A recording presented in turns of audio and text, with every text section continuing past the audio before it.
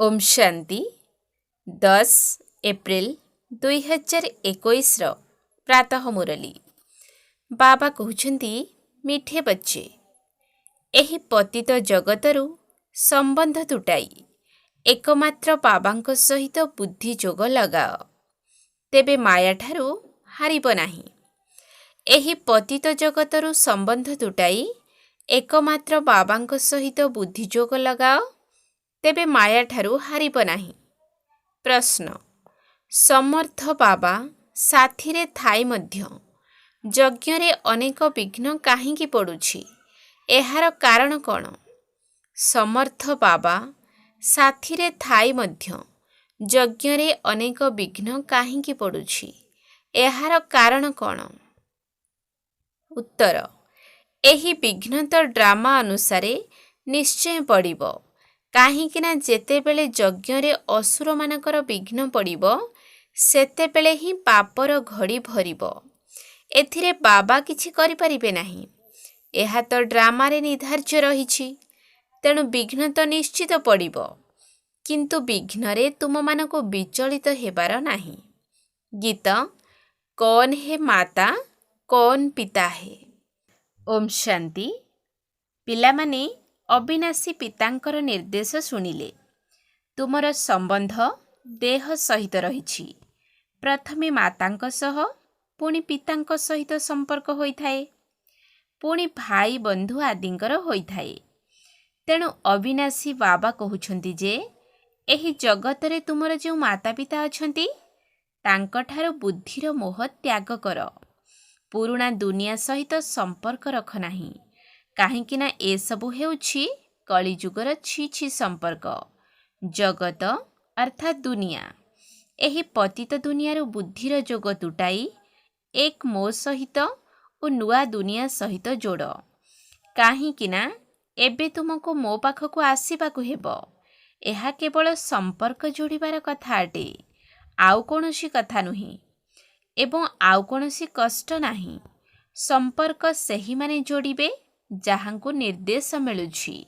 सत्य जुगरे प्रथमे संपर्क भल थाए सतो प्रधान आत्मा पुणी धीरे धीरे तम प्रधान होइथांती। जेउ सुखर संपर्क थिला ताहा धीरे धीरे कम होई जाइथाए।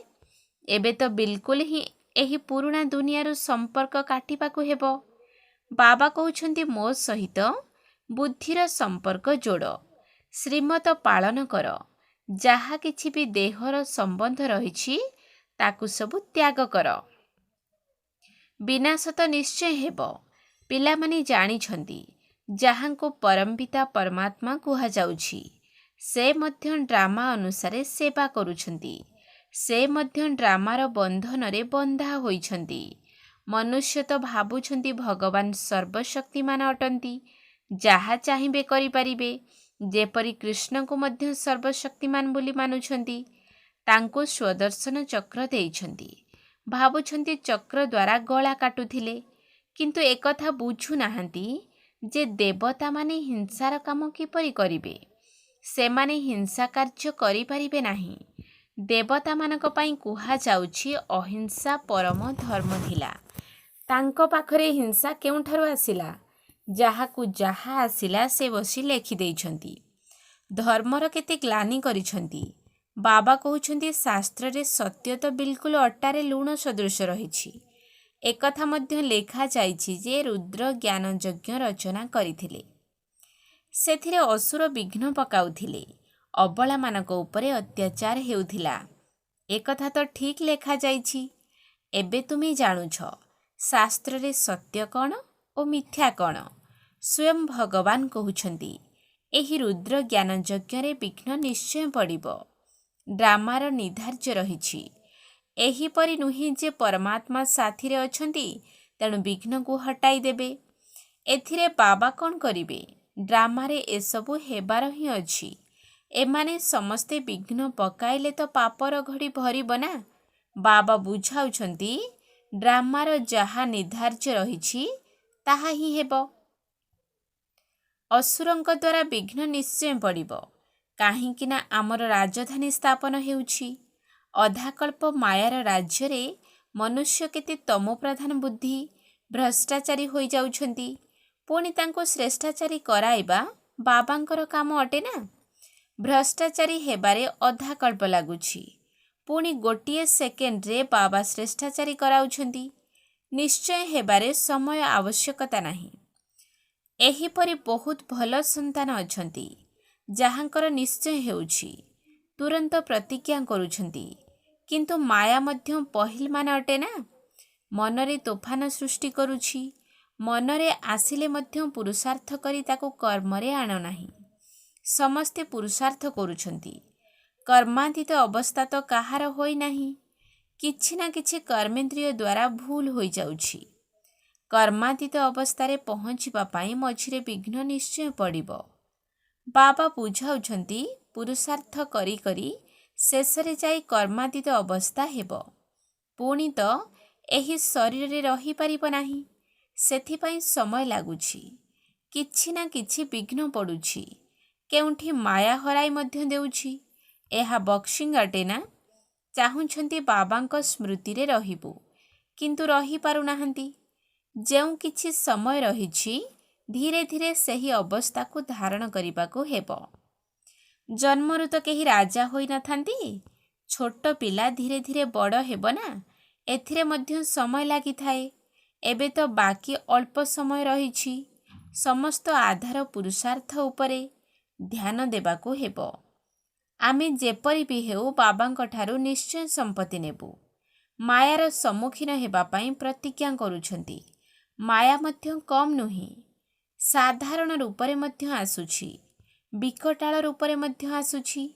एही कथा कौनसी शास्त्र रे नाही। बाबा कहउछंती जे तुम मानको एबे बुझाउछि, बाबांक द्वारा तुमे सद्गति को पाई जाउछ। पुणी एही ज्ञानर आउ आवश्यकता रहिबो नाही। ज्ञान द्वारा सद्गति होई जाउछि। सत्ययुग को सद्गति कुहा जाउछि। संतान मानकु लक्ष्य दिया जाइछि। एकथा मध्य बुझिछ जे ड्रामा अनुसारे गछ पढ़िबारे समय तो लागिबो ही। बहुत विघ्न तो पड़ुछि, परिवर्तन हेबाको पड़ुछि। कौड़ीरू हीरातुल्य हेबाको पड़ुछि। राति दिनर फरक रहिछि। वर्तमान पर्यंत मध्य देवता मानकर मंदिर तैयारी करुछंती।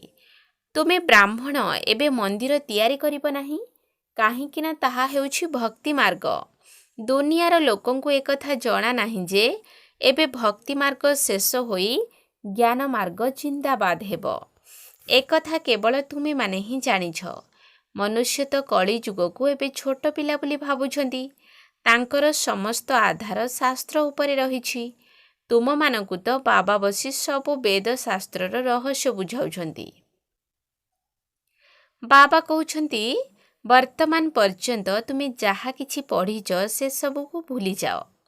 एहा द्वारा काहार सद्गति हेबो नाही। एहा द्वारा केवल अल्प कालर सुख मिली आसीछि। सर्वदा सुख ही सुख मिलिबो, एपरि तो होई परिबो नाही। एहा हेउछि क्षण भंगुर सुख। मनुष्य बहुत दुखरे रहुछंती। मनुष्य एकथा जानी नाहंती जे सत्य जुगरे दुखर चिन्ह वर्ण रहिबो नाही। सेमाने सत्य जुग पाई मध्य एपरि कथा कहि देइछंती। सेठरे कृष्णपुरी रे कंस थिला। कृष्ण जेल जन्म नेइथिले। बहुत कथा लिखि देइछंती। श्रीकृष्ण स्वर्गर प्रथम नंबर राजकुमार अटंती। से की पाप करिथिले एसबु मन गढ़ा कथा। एक कथा मध्य तुमे एबे जानुछ, जेबे कि बाबा सत्य बताउछंती। बाबा ही आसी सत्यखंड स्थापन करुछंती। सत्यखंडरे केते सुख थिला, मिथ्या खंडरे केते दुख रहिछि, एसबु भूली जाइछंती। तुमे जानिछ जे आमे श्रीमत द्वारा सत्यखंड स्थापन करी तार मालिक हेबु। बाबा बुझाउछंती एही परि श्रीमतरे चालिबा द्वारा तुमे उच्च पद पाई परिबो। पिलामाने मध्य जानिछंती जे एही पाठ पढ़ी आमको सूर्यवंशी महाराजा महाराणी हेबाकू पड़िबो। समस्तंकर इच्छा उच्च पद पाइबा पाई। समस्तंकर पुरुषार्थ जारी रहिछि। निष्ठावान भक्त माने चित्र साथीरे रखिथांती, जेपरि घड़ी घड़ी तांकर स्मृति रहू। बाबा मध्य कहउछंती त्रिमूर्ति चित्र साथीरे रख, तेबे घड़ी घड़ी स्मृति रहिबो। बाबांको मने पकाइबा द्वारा आमे एही सूर्यवंशी कूଳରେ आसीजिबु। घरे त्रिमूर्ति चित्र लागिथिले घड़ी घड़ी दृष्टि पड़िबो। बाबांको द्वारा आमे सूर्यवंशी कूळକୁ ଯିବୁ। सकाळु उठिला मात्रे ही दृष्टि पड़िबो। एहा मध्य एक पुरुषार्थ अटे। बाबा राय देउछन्ति, जेउमाने भल भक्त से माने बहुत पुरुषार्थ करुछन्ति। आखि खोलिबा संगे संगे ही कृष्ण मने पड़न्तु। सेथिपाई चित्र सम्मुखरे रखिथांती। तुम पाई तो आहुरी सहज अटे। जदि सहजरे मने पड़ू नाही, माया हैरान करुछि, तेबे मने पकाइबा पाई एही चित्र साहाय्य करिबो। शिव बाबा आमको ब्रह्मा द्वारा विष्णुपुरीर मालिक कराउछन्ति। आमे बाबांक द्वारा विश्वर मालिक हेउछु। एकथा स्मरण रहिबा द्वारा मध्य बहुत साहाय्य मिलिबो। जेउ संतान माने भाबुछन्ति विस्मृति होई जाउछि, तेबे बाबा सेमानकु राय देउछन्ति। चित्र सम्मुखरे रखिले बाबा और वर्षा मध्य मने पड़िबो। किंतु ब्रह्मा को मने पकाइब नाही। निर्बंध कले कौन दलाल कथा मने पड़ी थाए। तुमे बाबा को भल भावरे स्मरण कले बाबा मध्य तुमको मने पकाइबे। स्मृति द्वारा स्मृति आसी थाए। एबे प्रेमिकंकर कर्तव्य को तुमे जानिछ। शिवंकर केते ढेर भक्त रहिछन्ति। शिव शिव बोली कहिथांती, किंतु एहा भूल। शिव काशी विश्वनाथ पुणी गंगा कहि देउछन्ति। नदी कूलरे जाई बसुछन्ति। एकथा बुझु नाहंती जे बाबा ज्ञानर सागर अटंती। बनारस को बहुत विदेशी देखिबा को जाइथांती। बड़ बड़ घाट रहिथिले मध्य समस्तंकु शिव बाबांकर मंदिर तो आकर्षित करुछि। समस्ते तांको पाखकु जाउछन्ति। मंदिर तो काहा पाखकु जीव नाही।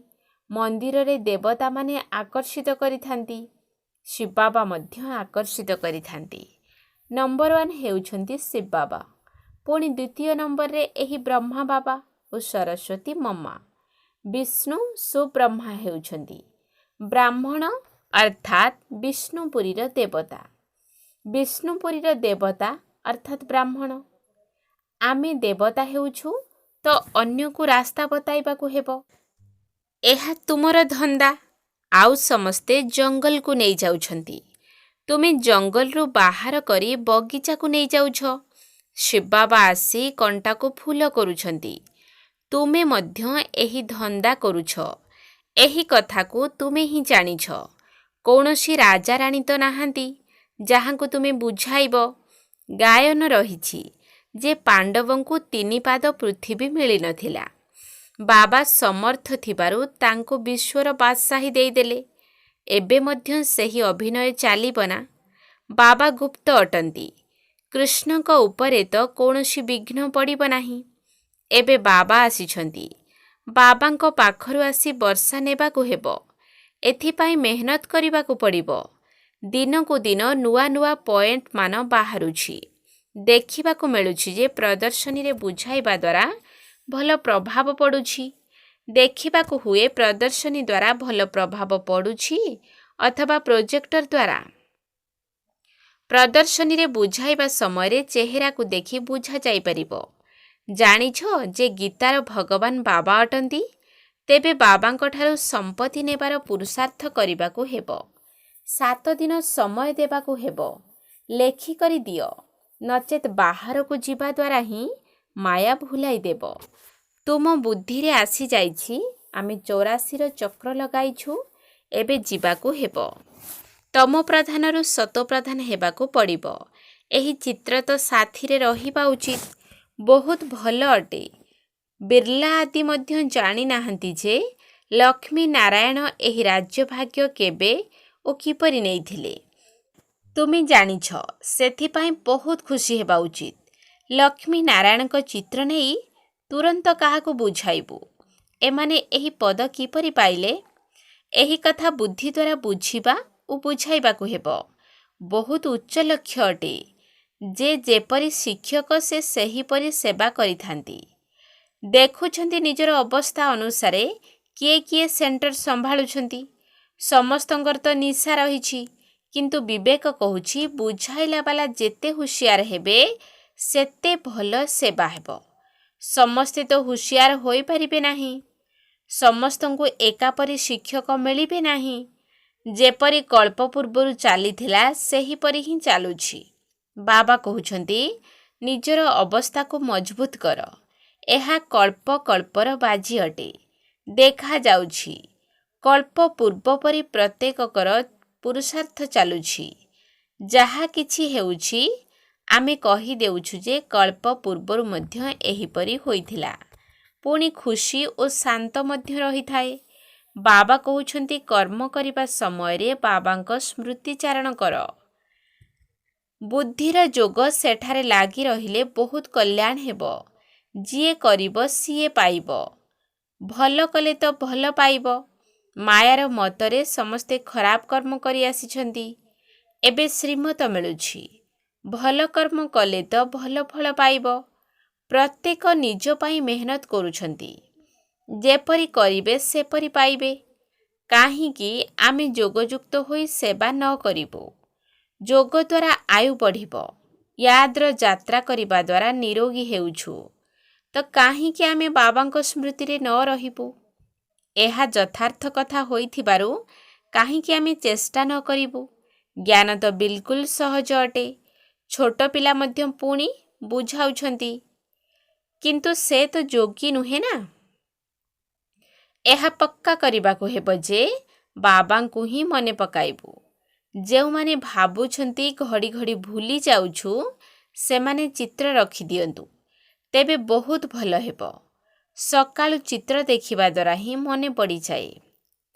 ଶିବବାବାଙ୍କ ଠାରୁ ଆମେ ବିଷ୍ଣୁପୁରୀର ସମ୍ପତ୍ତି ନେଉଛୁ। ମୁଖ୍ୟ ହେଉଛି ତ୍ରିମୂର୍ତ୍ତି ଚିତ୍ର, ଯାହାର ଅର୍ଥ ତୁମେ ଏବେ ବୁଝୁଛ। ଦୁନିଆରେ ଏହିପରି ତ୍ରିମୂର୍ତ୍ତି ଚିତ୍ର ଆଉ କାହା ପାଖରେ ନାହିଁ। ଏହା ତ ବିଲକୁଲ ସହଜ।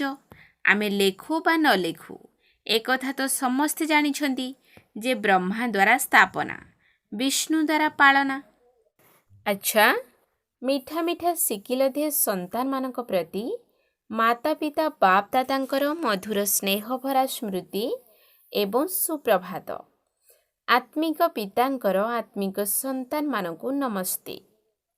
ଆତ୍ମିକ ସନ୍ତାନମାନଙ୍କର ଆତ୍ମିକ ବାପ ଦାଦାଙ୍କୁ ନମସ୍ତେ ନମସ୍ତେ ନମସ୍ତେ। ସୁପ୍ରଭାତ। ଧାରଣା ପାଇଁ ମୁଖ୍ୟ ସାର।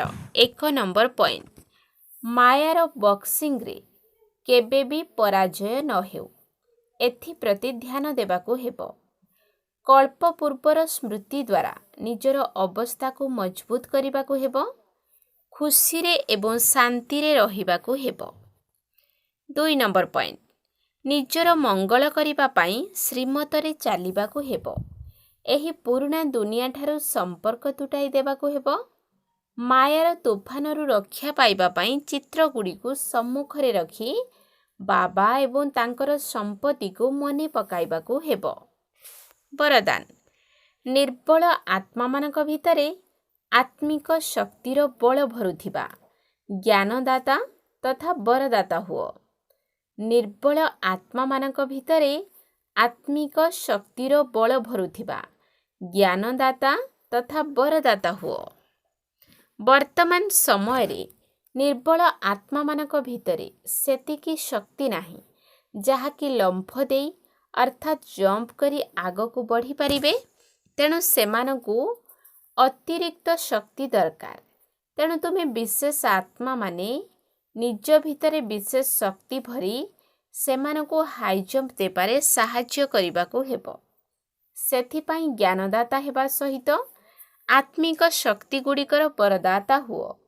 କାରଣ ରଚୟିତାର ପ୍ରଭାବ ରଚନା ଉପରେ ପଡ଼ିଥାଏ। ସେଥିପାଇଁ ନିଜେ ବରଦାନୀ ହୋଇ ନିଜର ରଚନାକୁ ସର୍ବଶକ୍ତିର ବରଦାନ ଦିଅ। ବର୍ତ୍ତମାନ ଏହି ସେବାର ଆବଶ୍ୟକତା ରହିଛି।